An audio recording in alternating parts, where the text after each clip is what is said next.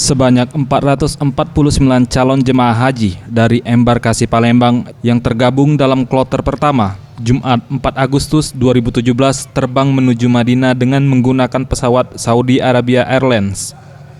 Sebelum terbang dari Bandara Internasional Sultan Mahmud Badarudin II, para calon jemaah haji mengikuti upacara pelepasan di Asrama Haji Sumatera Selatan.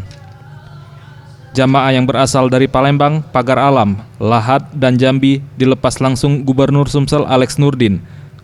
Dalam kesempatan ini, Alex Nurdin menghimbau kepada para calon jemaah haji agar selalu menjaga kesehatan saat berada di Tanah Suci.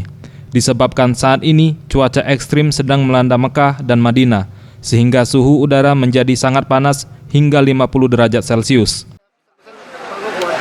Ya, pesan-pesan kepada ini cuaca ekstrim panas 45 sampai 50 derajat, itu luar biasa panasnya. Kita yang 31, 32 ini kira-kira ini aja udah kepanasan.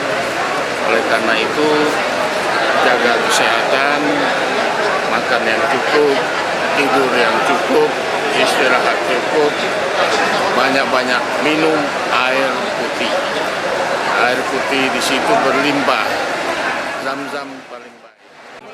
Ibadah dengan baik, sempurna, terus sehat. Terus ada larangan nggak dari dokter, apa ada penyakit apa enggak? Sri Rahayu ada, tapi belum Sri Rahayu, larangannya belum. Tahun ini, sebanyak 7.035 calon jemaah haji yang tergabung dari 17 kloter yang berasal dari beberapa kabupaten di Sumatera Selatan siap berangkat menunaikan ibadah haji ke Tanah Suci.